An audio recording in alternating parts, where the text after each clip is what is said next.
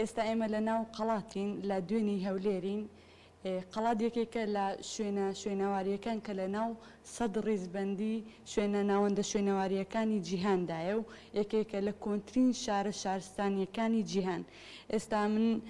لە ناو سنتەری ناساندنی قەڵاتم ئەو شوێنەیە کە ڕۆژانە خەڵک تێیدا سەردانی دەکات و شوێنەکان با خەڵکی دەناسێنێت و ئەو مێژووی کە قەڵات هەیەدی کە وەک سمبولی هەولێر ناسراوە پێشتر خەڵک ژیان کە ژیانی تێدا کردووە شێوازی ژیانی ئەو شوێنانی کە تێیدا بووە بە چ شێوازێک بووە خەڵک لێرەدا ئەو ئیشانی کە کاروباری ڕۆژانی تێدا کردووە لێرە لەلایەن سنتەری ناساندنی قەڵاوە بە هاوڵاتیان دەناسێنرێت و ئەو کەسانەیە کە بیانینە لە شار و شارۆچکەکانی دەرەوەی هەرێم کوردستان هاتوونە پێیان دەناسرێت. ئێستا من میوانێکم لەگەڵا خاتو سەلار ڕەشید بەڕێوەبەری سنتەری ناساندنی قەڵایە ئەگەر بفەرمێت بۆ ئێرە تاوی زانیاریەکان لە وەردەگرین دەمەوێت سەرەتا باز لەوەمان بۆ بکەی ئیشوکارەکانی ئێوە لێرە چییە؟ بەڵێ وەکو گوتت ئێرە سنتەری ناساندنی قەڵای هەولێرە. سنتەری ناساندنی قەڵای هەولێر لە ساڵی 2014 دەست پێکرا بە نۆژەنکردنی ئەو سنتەرە خانوو بۆ پێشتر کە یەک لە خانەوەدا گرنگەکانی هەولێر لێژێنە کە خانەوادەی یعقوبی بووە کە یعقوب ئاغا سەرۆکی خانەوادەکە بووە. ئەو خانووش خۆی دروستی کردووە لە ساڵی 1975. ئەو خانووە لە کۆمەلگا بووە لە دوو بەش پێکاتیە کە بەشێکی دیوەخانە بووە بەشێکیش خانوو بووە. ئێستا خانووەکە بووتە بە سنتەری ناساندنی قەڵای هەولێر وەکو یەک لە ژوورەکانی ئەوی ئێمە لێ ڕاوەستاینە کە بەخۆی ژووری یعقوب ئاغا بووە، ژووری تایبەتی یعقوب ئاغا بووە لەگەڵ دیوەخانە بۆ دیوەخانەش ئێستا بوویتە سنتەری گەشتیارانی قەڵای هەولێر. پێشتر ئەو کۆمەلگایە یەک کۆمەلگا بووە واتە هیچ شتێک لە نێوانی نەبووە، بەڵام ئێستا بەهۆی دروستبوونی جادە کە لە پەنجایەکان ساڵی پەنجایەکان هاتە ناو قەڵای هەولێر بینایەکە بۆ دوو پارچە، بەڵام هەر دیوەخانە و خانوو بە ئێستا دیوەخانەکە هەر میوانان گەشتیاران دێن سەری لێ دەکەن زانیاری زیاتر وەردەگرن دەربارەی قەڵا بگشتی. دواتر دێن ناو سنتەری ناساندنی قەڵای هەولێر باس لە مێژووی دەکا بخۆی چەندین ژوورە هەر ژوورێکی باس لە بابەتێک دەکاتن. بۆ نمونە مێژووی قەڵای هەولێر، بۆ نمونە خانەوە هەندێک لە خانەوادەکانی قەڵای هەولێر، بۆ نمونە بیناکاری قەڵای هەولێر، ژیانی ڕۆژانەی قەڵای هەولێر، ژیانی سۆشیالی قەڵای هەولێر، تەلارسازی قەڵای هەولێر، شوێنەواری قەڵای هەولێر بابن. لەگەر آخر ژووریان دوا ژوورمان مۆسیقایە دەچن هەندێک جۆ لە مۆسیقایەکی دەگرن کە لە هەولێر و دەشتی هەولێر جۆیان لێ ڕادەگرت زمانی خۆی. سەلار باسی مێژوێکی قەڵاتمان بۆ بکە. قەڵات لە کێوە دروست بۆ چەند ساڵە؟ قەڵای هەولێر زۆر لە شوێنەوارۆنان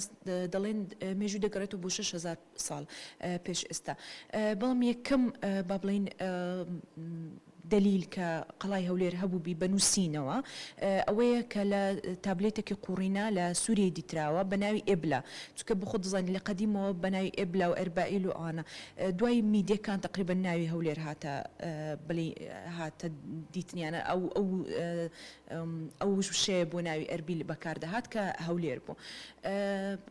مێژوەکەی دەگەڕێتەوە بۆ 6,000 ساڵ پێش ئێستا. ئەم تابلێتە قوڕینەش کە دۆزرایەوە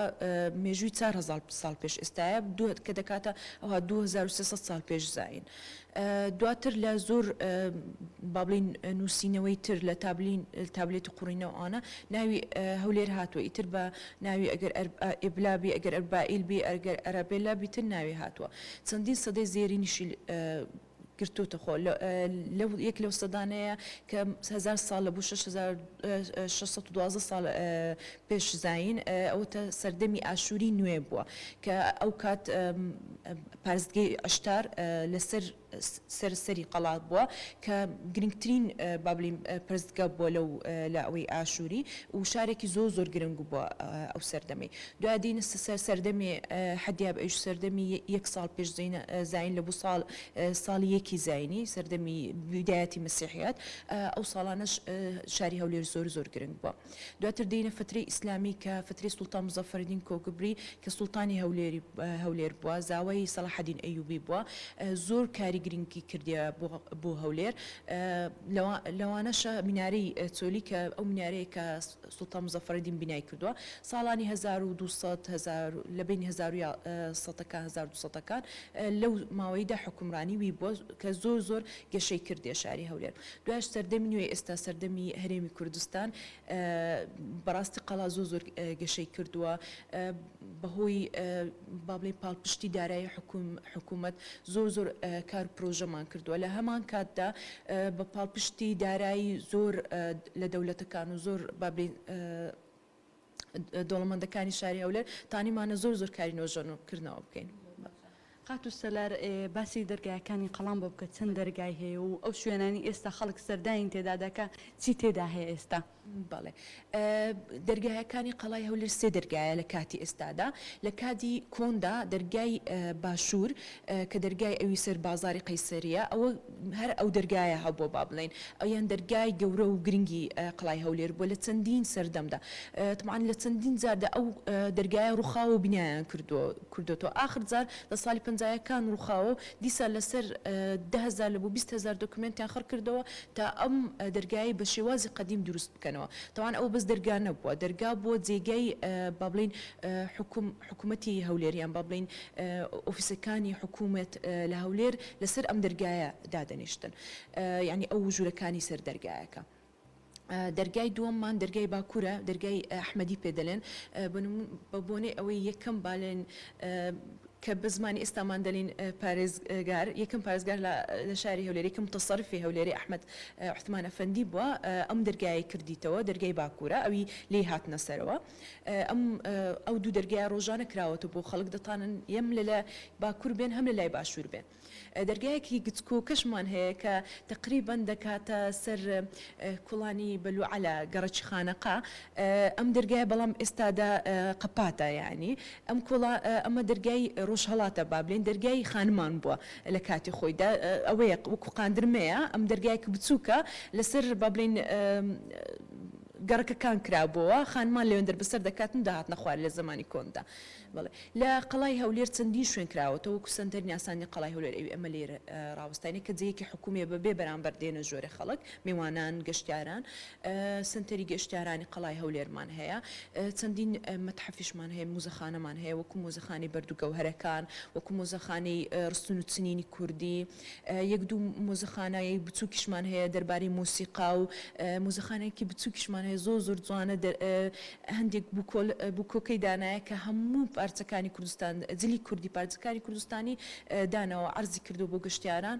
کە زۆر جوانە. پێم خۆشە هەموو گەشتیاران سەردانی بکەن بە شێوازێکی زۆر جوان دیارە هەر با بڵێن شوێنێک لە کوردستان خۆشەویستمان چۆن جلی کوردی لەبەر کردووە. بەڵێ خاتو سەلار باشە لەناو ئەو شوێنی کە تێداینە ئەو ژوانی ئێستات لەو بیناییدانە چینە بۆچی ئەو شتانەی ئەو ئامێرە ئەلکترۆنیتان بۆچی دروست کردووە؟ بڵێ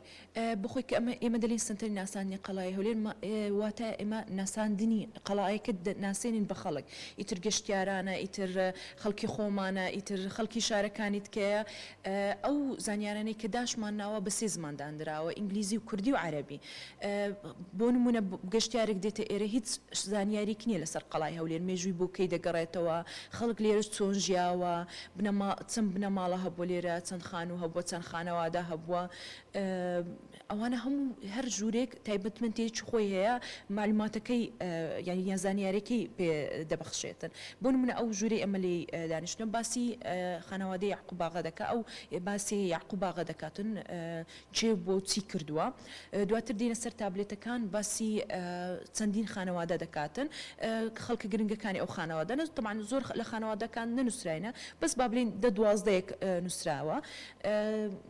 هەر سێ زمانیش نووسراوە و خانووکیان لە چێ بووە لە قەڵای هەولێر ئەوش دیارە لەگەر چەندین ڕسم هەتا خەڵک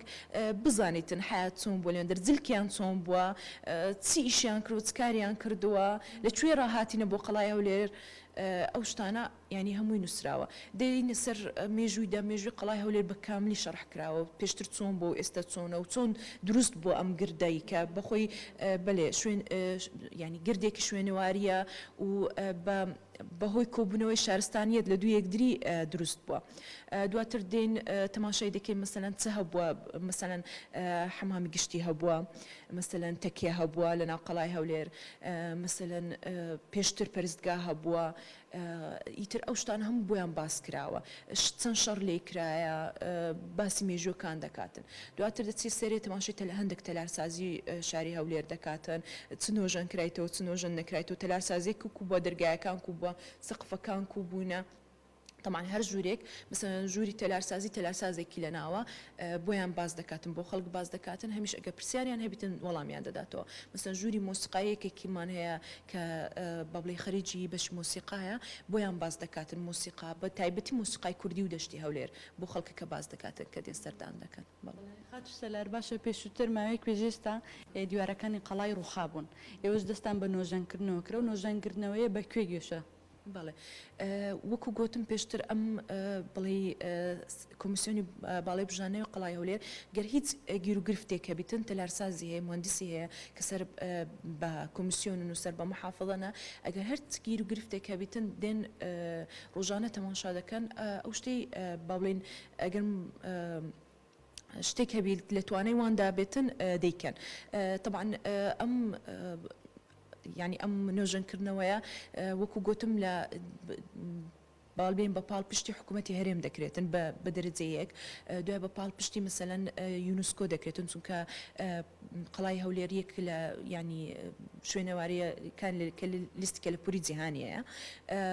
کە دائیمەن یونسکۆ لێرەیە دائیمەن پرۆژەی هەیە یەک لەو پرۆژەکانیشی ئێمە یان با بڵێن ئێمە کە چەندین کارمەندین لێرە لەو سنتەرە هەر لەسەر ئەو پرۆژەی یونسکۆیە کە پاڵ پشتی دارایی یەکەتی ئۆروپا کرایە دین پاڵ پشتی دارایی حکوومەتی ئەمریکا پاڵ پشتی دارایەتی چەندین حکوومەتی کەش چەندین پرۆژە دەکرێتن هەندێک لەو پرۆژانە ئەوەیە نۆژەن دەکەنەوە ئەو با بڵێن ئەو دیوارانەی کە دەڕوخێنیان کەم با بڵێن مشکلی ڕوخانیان هەیە چونکە بەڕاستی هەر ساڵێ وەکو باران دەبارێتن ئەم دیوارانەی کە دەبینی هەموو کەونە ئەوجە هەندێکیان دەڵێن مەسەلەن 100 ساڵ هەندێکی 200 هەندێکی 300 ینی هەموو دەمێ دەبی نۆژەن بکرێتەوە هەموو دەم دەبی ئیشکاری لێ بکرێت ئێستا بۆ نمونە ئەو سنتەرەش کە نۆژەن کرایتەوە ناکرێتە ئەمە بڵێنتەوە نۆژەن کراوە دەستمان لێ بەردەدەین چونکە ساڵانە گیر و گرفتی دەبیتن ئەم سنتەرە ساڵانە وەکو مەسەلەن دەبینی لەو جێ مشکلێک هەیە گیر و گرفتەکەیە دیسان دەچین حەل دەکەینەوە چونکە بینایەکە زۆر قەدیمە ئەمە ئێستا ئەو سپیکاریە نوێیی دەبینین بەس لە پشت ئەو سپیکاریە دیوارێکی زۆر کۆن هەیە مێژوەکی زۆر کۆنی هەیە ئەوە دائیمەن دەبی ئەمە دەستمان لە ناوی بیتن ینی کە وەکو کۆمیسیۆنی قەڵا تا نۆژەن بکرێتەوە تا ئەگەر هیچ مشکلێک هەبی لە هەر جەیەکی لە هەر خانووەکی حەل بکرێتن سەلاخان ئەو ژووری ئێستا ئێمە تێدانە شێوازی دروستکردنی ئەو دیزاینانە بە شێوازی لێزەریان یاخود گوڵۆپە ئەوانە مەبەستان لە دیزاینکردنی ئەو شێوازە چییە؟ بەڵێ بەخۆی وەکو پێم گوتی ئەوە فایرپلیس بۆیان وەکو ئاگردان بووە پێشتر بەڵام ئێستا لە کاتی ئێستاماندا ئێمە ناتوانین ئاگرداندانی یەکەم شت دووکەڵ و شتی زۆرەوە فێر نەبووینەوەکو زەمانی خۆی بژین بەڵام ویستمان کە دێتن ببینیتن شێوازی چۆن بووە پێشتر ئیتر ئەمەش بۆنەی چەندین با بڵێن ساڵ کە با بڵێن بەجێ هێشترا بوو ئەو خانەیە زۆر ئەزیەتی خواردووە ئەگەر ئێستا تەماشا بکەی ئەو با بڵێن ئاگردانە ئەو جیانەی کە شوێنەکانی کە سپیە ئەو نۆژەن کرایتەوە شوێنەکانی کە ئەوە ئەسلێکی خۆیتی ئەو جاد کە دەبینی چەند نۆژەن کرایتەوە ئیتر ئەمە ناتوانین لەمە دوا ئاگری لە ناو پێکەین چکە زۆر ئەزیەتی دەخوا زۆر با بڵێن ینی هەموو دەمی دەبدەست لە ناو بیتن ئەگەر وەکو شێوازی قەدیم ئاگردانی لە ناودانێ هەم مای ئەوەیە مەسەلەن تعڕوز بکەین لە بوستانی ئەو چکە هەموو ڕۆژ لێرە ناژین ئێستا ئەوە خانی نییە ئێستاەوە سنتەری ناسانە بەڵام وەکو گوتم کە گەشتیاران دێن بە هەست بکەم پێشتر چۆن بووە ڕەنگەکانی چۆن بووە چ بووە ئەو شتە مەسە زۆر کەس دێتن لێرە پێی ناوێت لەمە پرسی ئەو ڕاستن دەبیێتەوە ئاگردان بووە ماشا دەکاتن دەبینیتن هەتا ئەوکەی مایە یعنی ئەوی لە بۆ سەرێ دەڕواتن با بڵێن شافتەکەی لە بۆ سەرێ دەڕواتن مایە تەماشا دەکاتن تەکید دەکەوە پێشتر ئاگردان بووە لە چۆنێتی دروستبوونی تەمان لە ژۆرێرا دیارە کە ئاگردان بووە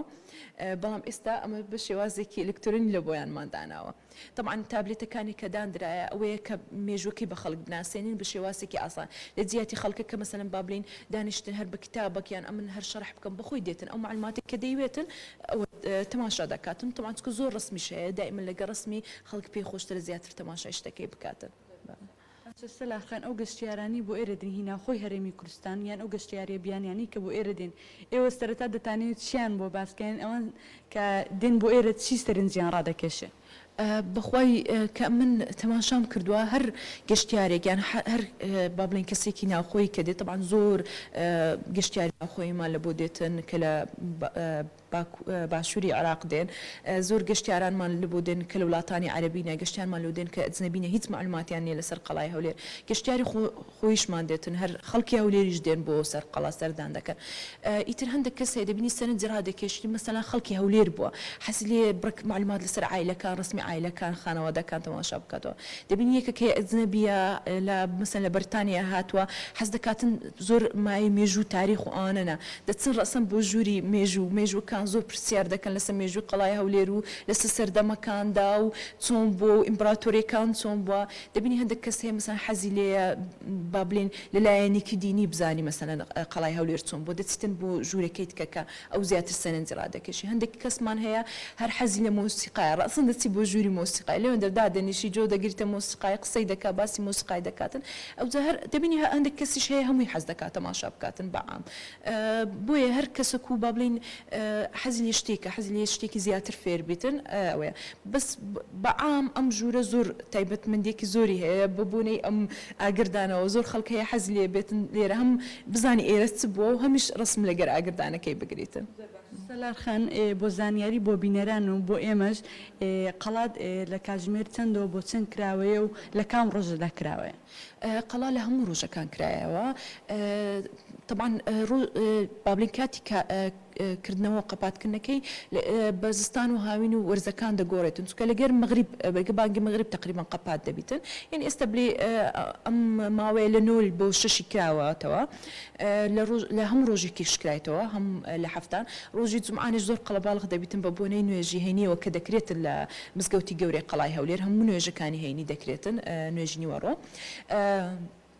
و مەسەن سنتەری ناسانی قەڵای هەولێر لە شەمول بۆ چاشەم کرایتەوە لە سەعات 10 بۆ 6 ئێمەش دەگۆڕێتن لەگەڵ بابلین لەگەڵ نوێژی مەغریبیان لەگەڵ ئەوەی کە بابلێن قەڵا تاریک دەبیتن ئەو کاتی قەپات دەبیتن هەر مەتحەفەکانی تکەش هەریک و بابلیان مۆزەخانەکانی تکە هەریک و جیاوازەکردنەوە داخستنی بەڵام ئەمە ئینستاگراممان دانایە فەیسبوکمان دانایە لەوێن دەڕا دیارە خاستن لە ئینستاگرامەکەمان دیارە هەر مۆزەخانەیەک هەر شوێنێک داخستن و ڕۆژانی کردنەوەی چەندە. زۆر سپاس دەکەین بۆ ئامادەبوونت سەلار ڕەشید بەڕێوەبەری سەلار سەنگەر بەڕێوەبەری ناسانتری سنتەری قەڵا تا سپاس بۆ تەواوی زانیاریەکان ئەوە تەواوی زانیاریەکان بۆ لەسەر قەڵات